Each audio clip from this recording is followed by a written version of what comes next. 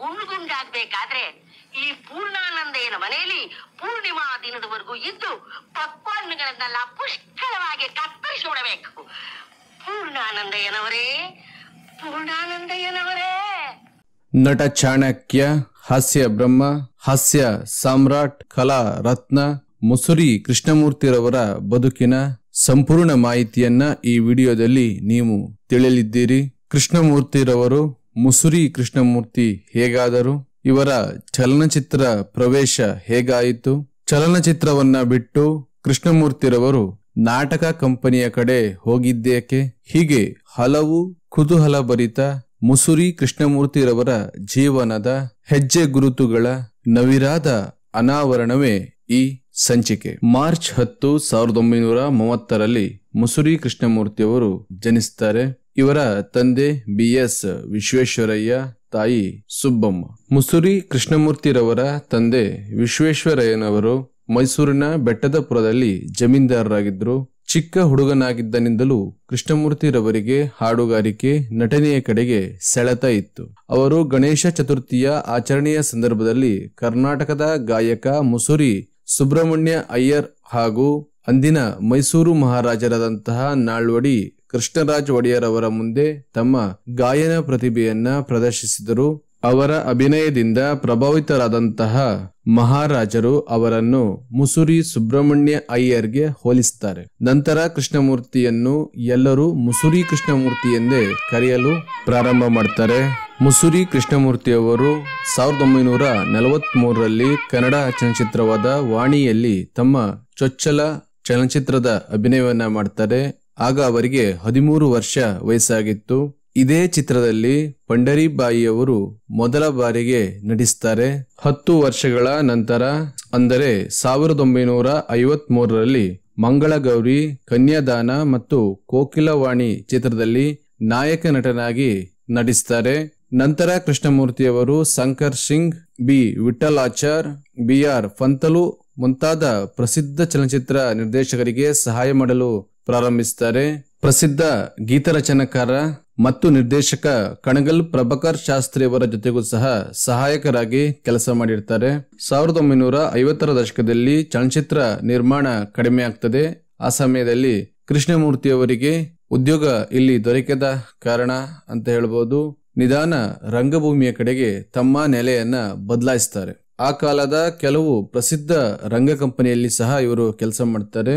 K Hirannaiah ಅವರ company ಆಗಿರ್ಬೋದು, ಸುಬ್ಬಯ್ಯ ನಾಯ್ಡು ಕಂಪನಿಯಲ್ಲಿ, ಗುಬ್ಬಿ ಕಂಪನಿಯಲ್ಲಿ ಮತ್ತು ಆ ಕಾಲದ ಪ್ರಮುಖ ಎಲ್ಲಾ ಕಂಪನಿಯಲ್ಲೂ ಸಹ, ಎಲ್ಲಾ ರಂಗ ತಂಡದಲ್ಲೂ ಸಹ ಇವರು ಕೆಲಸ ಮಾಡ್ತಾರೆ.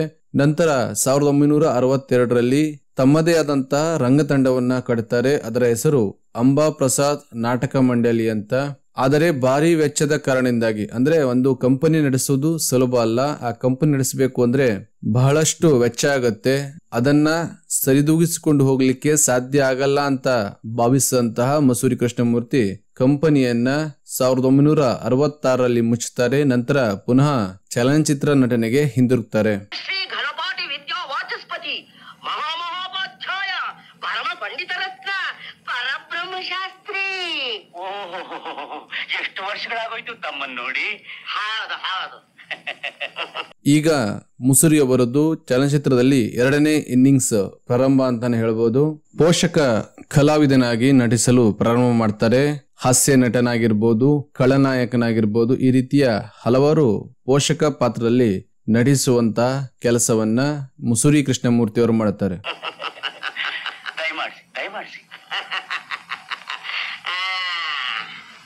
ತಮ್ಮ ಕಾರ್ಯಕ್ರಮ ಇನ್ನೇನು? ಪ್ರಾತಃ ಕಾಲ ಸಂಧ್ಯಾ ವಂದನೆ, ನಂತರ ಉಪಹಾರ,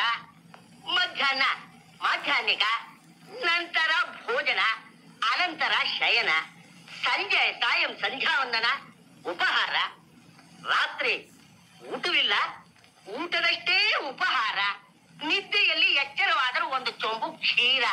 ಇಷ್ಟೇ ನನ್ನ ಕಾರ್ಯಕ್ರಮ. 1978ರ ಪುಟ್ಟಣ್ಣ ಕಣಗಲ್ ಅವರ ನಿರ್ದೇಶನದ ಪಡುವಾರಳ್ಳಿ ಪಾಂಡವರು ಚಿತ್ರದ ಕಲೆಕ್ಷನ್ ಕಾಳಪ್ಪ ಪಾತ್ರ ಮುಸುರಿ ಕೃಷ್ಣಮೂರ್ತಿಯವರನ್ನ ಇಂದಿಗೂ ಕಲಾ ರಸಿಕರ ಮನದಾಳದಲ್ಲಿ ನೆನಪಿರುವಂತೆ ಮಾಡಿದೆ. ಅಷ್ಟು ಅದ್ಭುತವಾಗಿ ನಟಿಸಿದ್ದರು ಆ ಚಿತ್ರದಲ್ಲಿ. ನಂತರ ರಂಗನಾಯಕಿ, ಗುರು ಶಿಷ್ಯರು, ಅಂತ, ನನ್ನ ದೇವರು, ಹಾಲು ಜೇನು, ಕವಿರತ್ನ ಕಾಳಿದಾಸ ಮುಂತಾದ ಚಲನಚಿತ್ರದಲ್ಲಿ ಇವರ ನಟನೆ ಆ ಚಿತ್ರಕ್ಕೆ ಒಂದು ಘನತೆಯನ್ನ ತಂದುಕೊಟ್ಟಿದೆ ಅಥವಾ ಆ ಚಿತ್ರದ ತೂಕವನ್ನ ಹೆಚ್ಚಿಸಿದೆ ಅಂತಾನೆ ಹೇಳ್ಬೋದು.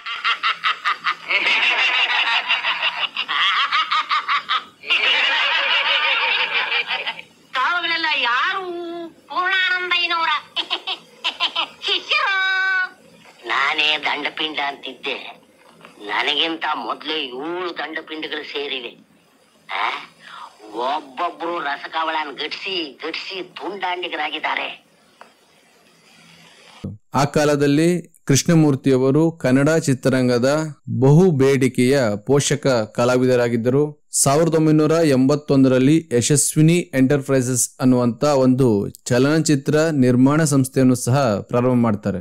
ಅದರ ಅಡಿಯಲ್ಲಿ ಬಂದಂತಹ ಚಿತ್ರ ನಂಬರ್ 5 ಎಕ್ಕ. ಇದರಲ್ಲಿ ಅವರು ಬೆಂಗಳೂರು ಲತಾ ಅವರೊಂದಿಗೆ ಹೊಂಗನಸು ನನಸಾಗಿದೆ ಎಂಬ ಯುಗಳ ಗೀತೆಯನ್ನು ಧ್ವನಿ ಮುದ್ರಿಸಿದ್ದಾರೆ. 1985ರಲ್ಲಿ ವೀರಾದಿ ವೀರ ಚಿತ್ರ ಇವರ ನಟನೆಯ ಕೊನೆಯ ಚಿತ್ರವಾಗಿತ್ತು. ಒಬ್ಬ ಕಾಮಿಡಿಯನ್ ಆಗಿ, ಒಬ್ಬ ಖಳನಾಯಕನಾಗಿ, ಒಬ್ಬ ನಿರ್ಮಾಪಕನಾಗಿ, ಒಬ್ಬ ರಂಗಕರ್ಮಿಯಾಗಿ ಮುಸುರಿ ಕೃಷ್ಣಮೂರ್ತಿಯವರ ರಂಗ ಸೇವೆ ಅಗಾಧವಾದದ್ದು. ಮಾರ್ಚ್ 16, 1985ರಲ್ಲಿ ತಮ್ಮ 55ನೇ ವಯಸ್ಸಿನಲ್ಲಿ ಇಹಲೋಕವನ್ನ ತ್ಯಜಿಸ್ತಾರೆ. ಮುಸುರಿ ಕೃಷ್ಣಮೂರ್ತಿಯವರ ವೈವಾಹಿಕ ಜೀವನದ ಬಗ್ಗೆ ಹೇಳಬೇಕು ಅಂದ್ರೆ, ಇವರ ಹೆಂಡತಿ ಹೆಸರು ಸುಶೀಲಮ್ಮ ಅಂತ. ಇವರಿಗೆ 2 ಪುತ್ರರು ಮತ್ತು ಒಬ್ಬ ಪುತ್ರಿ ಇದ್ದಾರೆ. ಪುತ್ರ ಜಯಸಿಂಹ ಕನ್ನಡ ಚಿತ್ರರಂಗದಲ್ಲಿ ನಟ ನಿರ್ಮಾಪಕರಾಗಿ ಸಹ ಸಕ್ರಿಯರಾಗಿದ್ದಾರೆ.